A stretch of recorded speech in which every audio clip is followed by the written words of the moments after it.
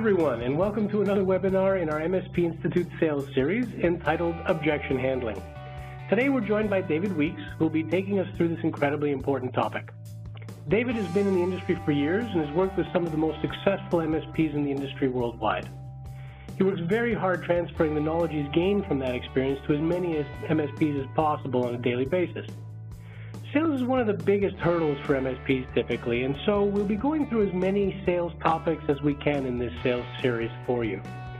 David is a director of sales for SolarWinds MSP, and so he practices what he preaches in this webinar on a regular basis. Objections are typically thought of in a negative light, but really we have to understand that an objection is just the place in our prospect's mind where what he understands about your offering and what he perceives he needs don't meet. So objections are actually a good thing because the prospect is giving you a map to make the sale happen. Assuming you can overcome those objections, of course, which is why we're having this webinar today. And in order to overcome objections, of course, you first need to have a process. So with that, I'm going to turn it over to Dave so David can take us through that process and explain how we take care of objections with our customers. David? Great. Thank you very much, Eris. Much appreciated. And I think to echo a little bit of what Eris said, he's correct in that we understand that, a lot of MSPs struggle with sales. And I wouldn't even just say MSPs. I think most organizations struggle with sales to a point. And a big part of that is how you manage the sales methodology and the sales process. And trying to move a deal through to close is one of the most difficult things. However, as Eris mentioned, if you have the right process, there's actually a pretty good way to navigate through some of those objections to actually increase your odds of closing a deal. And so today what we're going to do is we're going to look at a few different areas. We're going to look at some of the common sales struggles that we see in the marketplace. We're going to understand why do customers object in the first place. We're going to talk about an objection handling process. And this is not something that's completely linear. This is something that could be circular in a way that you have to keep going around and around. But that's okay because it means that, you're putting your prospect's mind at ease. And then, of course, there's an area of regular practice and regular practice management across your sales teams. So let's look at some of those consistent struggles that we see out there. Well, we know sales is one of the biggest ones. And when we talk to MSPs, a lot of them are always relying on referrals.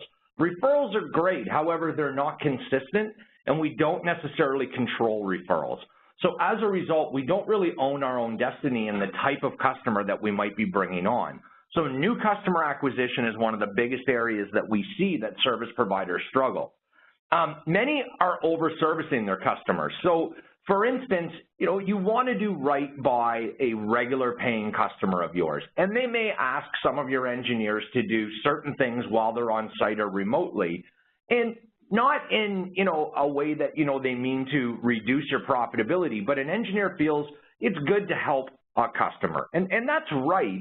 However, when we over-service in too many areas, it makes it more difficult to upsell and cross-sell, because as you try and expand your services portfolio, what ends up happening is your customer feels that you're already providing that level of service to them for the monthly fee that they're paying.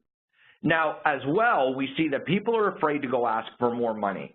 First off, regular annual increases are not uncommon. You can do it by rate of inflation. But as well, as you expand the scope of work with a customer, or even as they expand, the needs that they might have on site or their staff, you obviously should be having cost increases against that. A big topic that I talk to people about is what if they say no? That's okay to hear no in sales. There's absolutely nothing wrong with a no. A no just means it's another opportunity to justify and potentially sell through what it is that you're offering. No doesn't always mean no. There is a point where maybe a deal isn't a right fit, and as you learn the process, you'll learn to identify when it's not the right fit for either yourself as a service provider or the customer. And you don't want to keep spinning your wheels and spending money on a sales process that probably is going nowhere. And then obviously helping MSPs deal with objections, which is going to be a big part of obviously what we talk about here today. So what are the reasons for objections? Well, first is knowledge. Knowledge on the part of the customer. When you secure a potential meeting with a prospect, they have something in their mind that they believe that you're going to offer. Typically, whenever you then present what it is that you're going to offer, the two don't align. So right away, we have a disconnect. That's okay though. This is the education part of the sales process where you're allowing them to start to understand what it is that you're really trying to bring to the table. And you probably meet their needs and their concerns right away, but we just haven't presented that value correctly.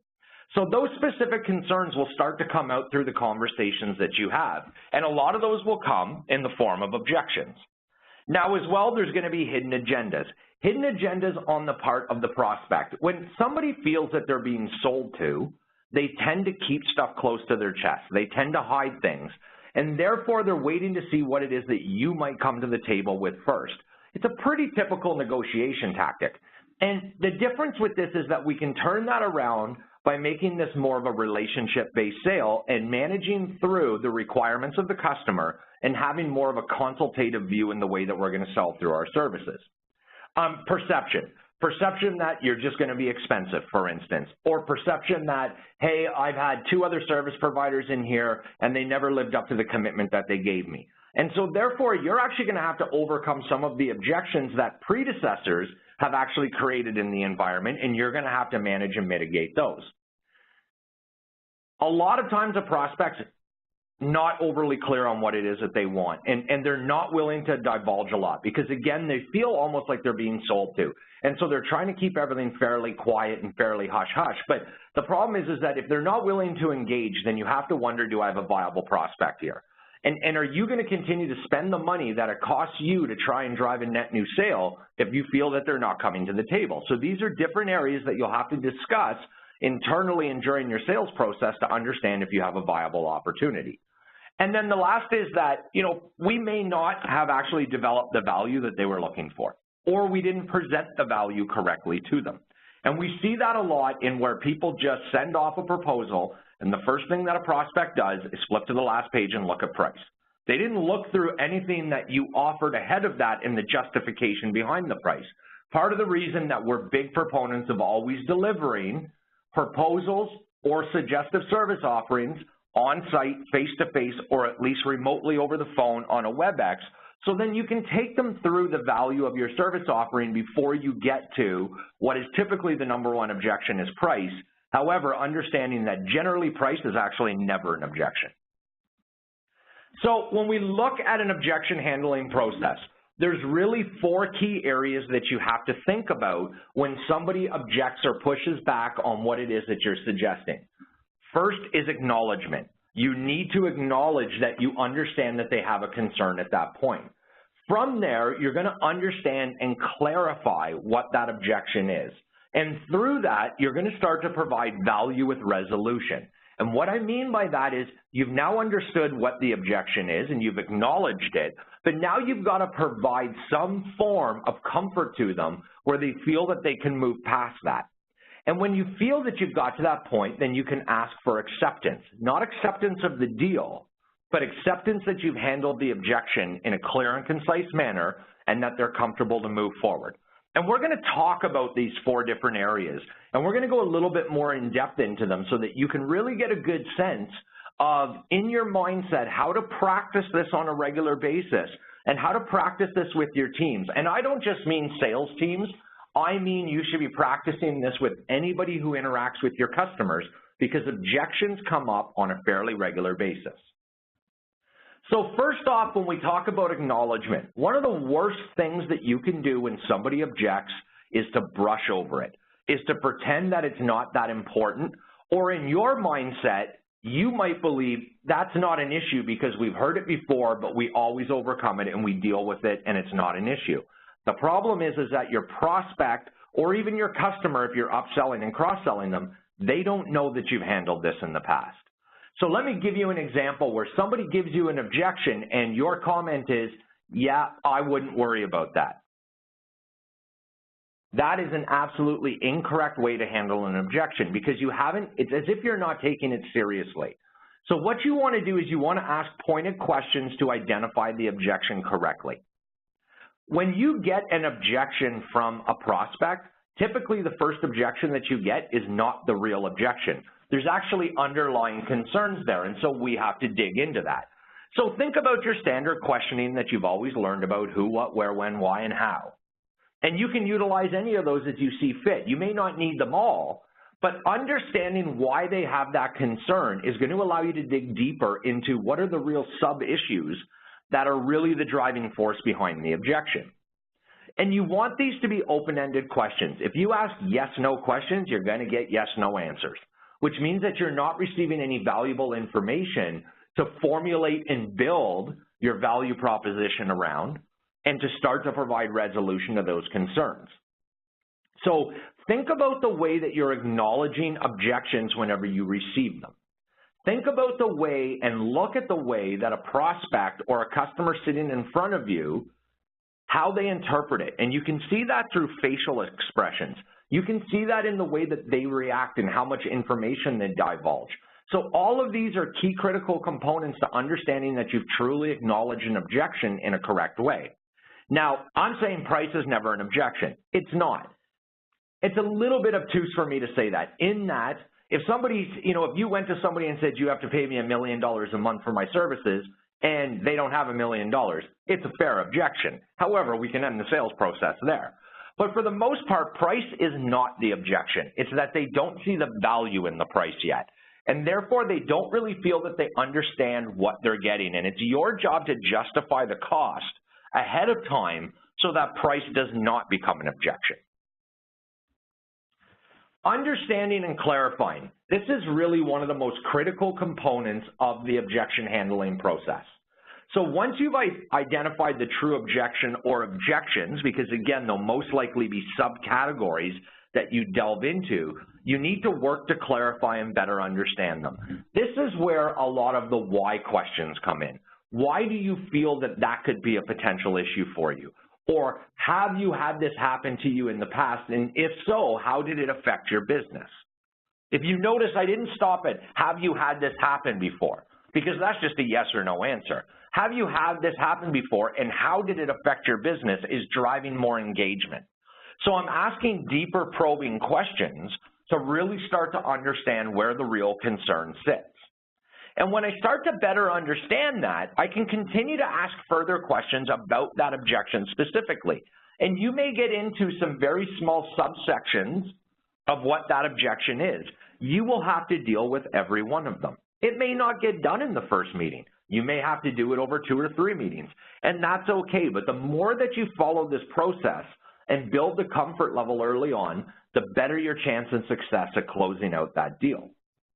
Now, when you feel that you've asked the questions and you truly understand the objection and you feel that you have the methodology in your mindset to help overcome that and drive comfort towards the person sitting in front of you, then it's time to clarify it, to truly comprehend the objection before moving on. Now, you may clarify the objection here and they might throw another one up. That's okay. If they throw another objection up, we'll start the process back over, but let's clear this one up first. That's the way that we want to handle it so we can stay on track. Now, if you notice, I'm throwing out a lot of ideas around questions and garnering information from the prospect or the customer. And the reason why is because every time that they're talking to you, they're providing you ammunition and information as justification for you to be able to overcome that objection. So think about the fact that you're going to have to be taking notes. Okay, and it's okay to sit and take notes in a meeting. It shows that you're diligent and it shows that you care. And those are important components to the clarification and the understanding phase of objection handling. Now, if we get to this point and we feel that we've started to clarify and that we understand, this is where you're going to start to see what we call trial closes. Okay, this is where you're going to start to say, hey, if I can overcome this for you and you have a comfort level, would you be good to start to look to move forward or to talk about the next phase or to handle the next objection? And those trial closes come in different ways. They are a nod from your prospect, a comment of that sounds good, or yes, that looks good to me, or I'm comfortable with that. These are the starts of trial closes, and you want to identify those because it's where you start to receive the acceptance. Now, we don't have acceptance yet because we actually haven't resolved the objection. We've identified the objection, we've acknowledged it, we've clarified it, we've probably now written down 3 or 4 other objections we're going to have to go back and deal with, But the initial one that I dug into, I now need to provide some resolution, and I have to put value with it. And this has to be clear and concise. So it can't just be, hey, yeah, we've heard your objection, and when we get to a later stage, I'll show you how we handle that. No, you need to deal with it at that point in time, because that's front and center for your prospect. It's of major concern to them at this point to even move forward in the sales process, because to them, that's a big issue to not do business with you. And so therefore, you want to start to look at a way that you can start to provide resolution, saying, if we were to provide A, B, or C, and that resolved this objection, and the benefit to you as a company was that you would see greater efficiency and productivity, for instance, with your employees, would that be something that would give you comfort? So I've provided them with benefits and a resolution.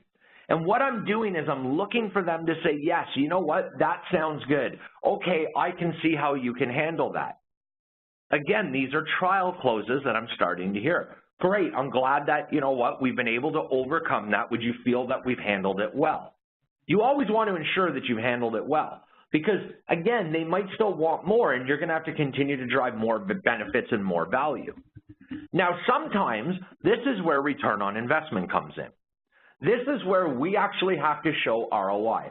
ROI comes in all different forms. It's not always a calculator. It's not always about numbers. Return on investment can be value that you bring back that's just a benefit to the organization. You can even use examples where you've done this.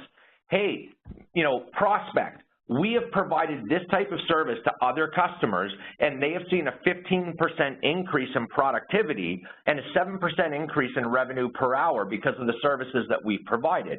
Is that something that you feel that you would like to drive an improvement on in your business, and if so, why? Now I'm starting to give a return on investment. I'm starting to give them value through what their other peers are doing that I'm managing today. And again, don't ever deal with the objection as though it's not a big deal. Okay, you're going to turn off your prospect, and you're going to lose control, and they're going to start to, out of discomfort and out of the lack of value, want to start to shut down the sales process. And when they want to shut down the sales process, you're stuck, because now you're dealing with even more objections. And the biggest objection is, I don't want to talk to you anymore. And if they don't want to talk to you anymore, that's one of the hardest things to overcome, to get them to come back around and listen to you. Because we start to scramble, and we start to get nervous, and therefore we start to throw out all different ideas, just trying to keep the conversation going. And that's why control of the conversation is so critical, in that we're trying to get the prospect to talk as much as possible, not ourselves. Because again, they're providing you with empirical evidence that you can use to then justify back the services that you want to present to them. Now, when you look at things like a prospect or a customer and building that comfort, you have to overcome the objection before moving forward. And we've talked about this already in a few stages, but you need to truly ask the question, have I satisfied your needs and your concerns here, and do you feel that we can close out this objection? You can be that blunt. It's okay. There's nothing wrong with that. And it's okay to have the prospect say, no, I don't think that we've actually covered it all off. Great. We go back to understand and clarify. Great. Tell me more then about what it is that you feel is still a concern, and let's discuss those. So as you can see, the process is not linear. It can bounce back and forth in one objection, because they may want to jump all over the map too, and you're going to try and control it one way, but you may be dealing with a fairly minor objection in your mind, and maybe it is a minor objection, and then as you're digging into it, they throw out actually a pretty good objection, or a pretty advanced one, or something that truly is a major concern, and probably maybe something around security, for instance. And you're thinking, wow, okay, you know what? Suddenly they want to talk about advanced security management, and I haven't brought that up yet. We have a new objection. We have a new concern. So we can take note of that. We can clear up what we're on right now, or maybe you need to go start that one, because now you've actually identified in phase 3 of objection handling the real objection, the real concern, and the real worry of your prospect. So that's okay then if you feel that you need to jump back and start to deal with that.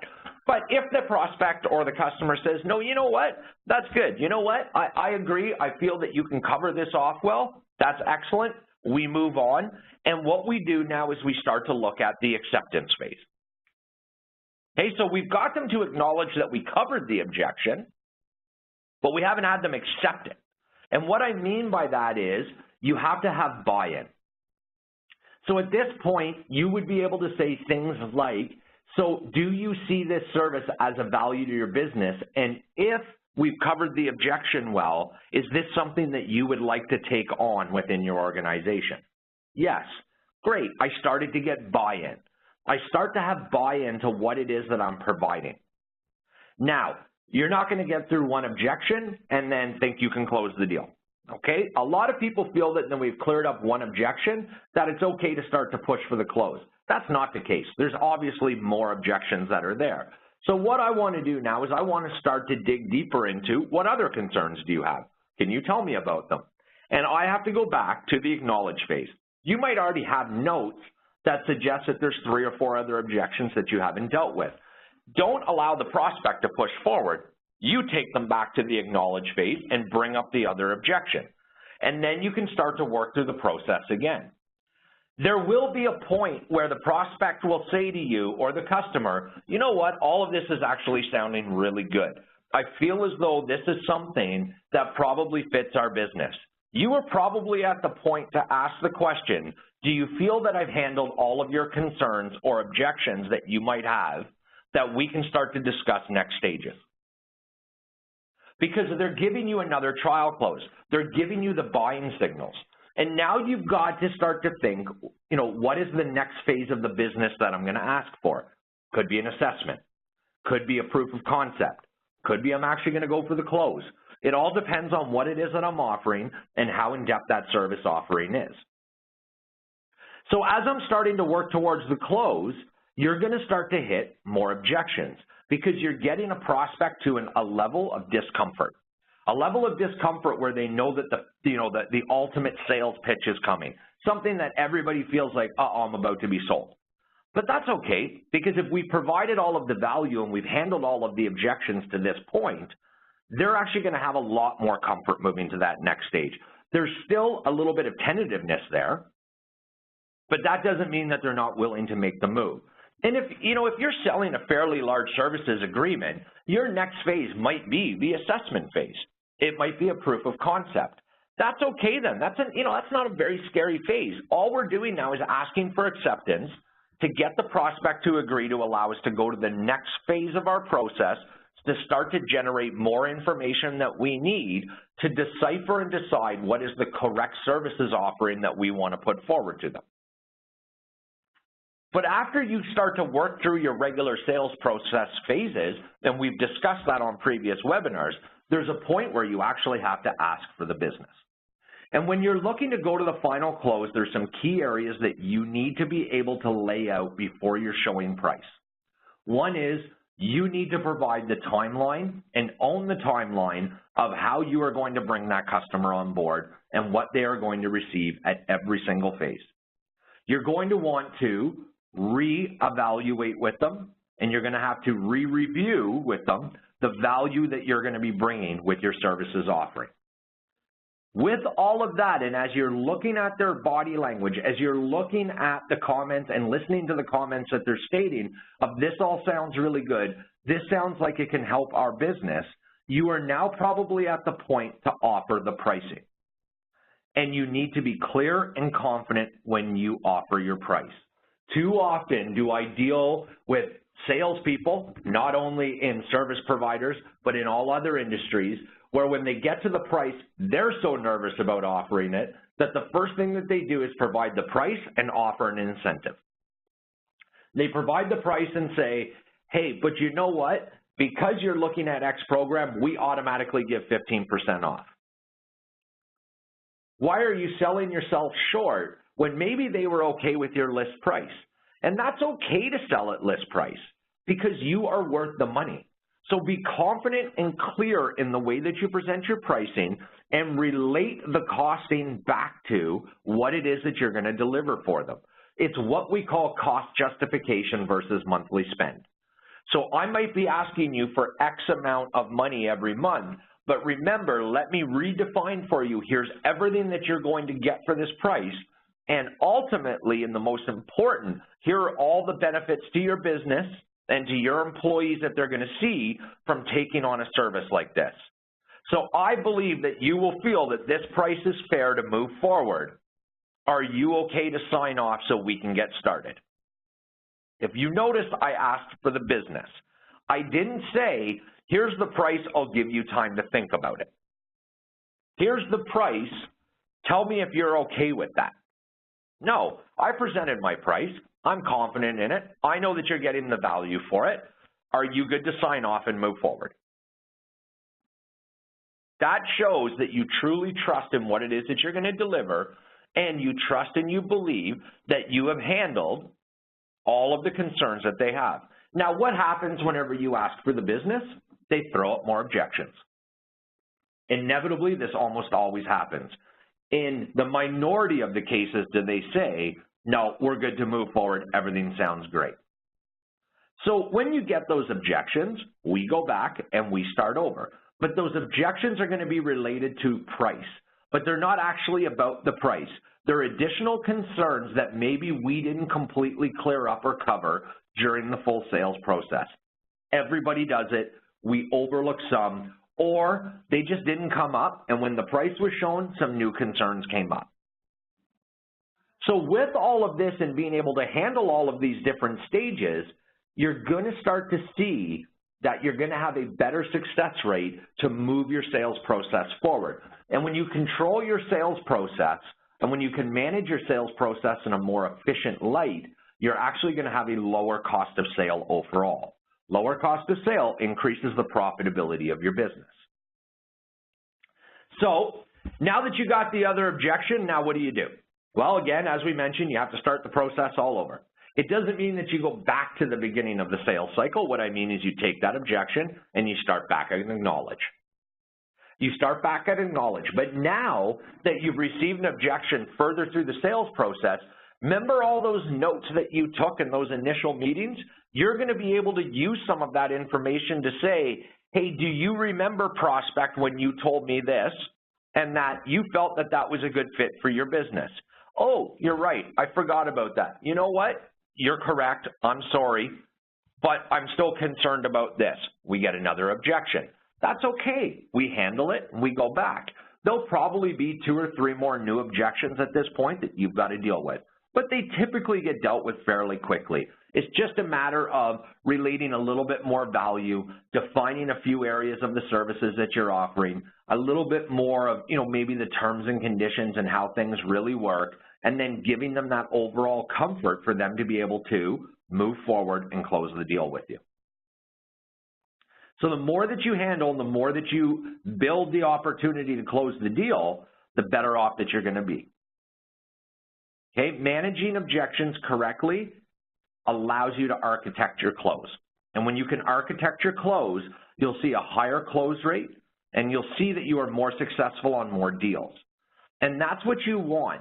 The driving force behind any services business is their growth. For any organization, it's their growth. It's about the amount of revenue that we bring in and the profitability that we take from it. And so we have to keep bringing revenue in to continue to grow the business. Sales is an art. Okay, this is not something that, you can just walk in any day and decide that you want to be a salesperson. But I truly believe everybody has it in themselves to be a salesperson. It's just a matter of practice. And if you take time and you work through a lot of the different series that we've been providing here, you can be a salesperson. But you need to have confidence in yourself, and more importantly, you have to have confidence in what it is that you're selling. And the better that you handle the objection, the better that you will manage your opportunities. And when you manage your opportunities correctly, you will again see a higher close rate and a higher level of sales that you bring in. And when you can control that sales process that way, I guarantee you that you will see that you're controlling your price. It won't be about, oh, I talked to another service provider who's offering 20% of what you are, and they're offering it for 80% less. Can you get to that price? No, you've delivered the value. They understand what it is that you bring, and at that point, there's a decision to be made if they're comfortable to move forward. Will you win them all? No. Will some of them just go with the cheaper option? Yes. Is it okay to let them walk? Absolutely. Because chances are you have delivered the value so well to them and their expectations are so high, they may choose to price shop and therefore take a lower offer, but they won't get the level of service that they expected. And I can almost guarantee you it won't be long before your phone rings and they come back. And that means now that you have absolutely justified your price and there's absolutely no reason to discount. I even know service providers at that point who slightly increase their price. Because you know what? They went through and they had a cost to get that prospect to that point, to allow them to go learn the mistake that they made, that you know what? My value is even greater now. Is it a dramatic increase? No. But it's a way to say, you know what? I did a lot for you. I came in and I provided you a lot of information, a lot of empirical data to allow you to understand what your requirements were, and you decided to take that somewhere else.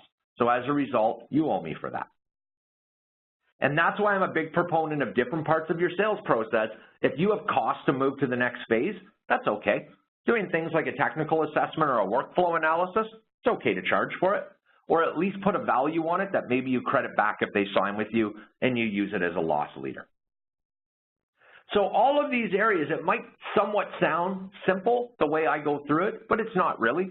You have to practice this, you have to be on top of it, and you have to continually be thinking of the 4 phases of handling an objection. I want to thank everybody for their time today. I hope that that was helpful, and we look forward to having you on our further sales series as they upcome.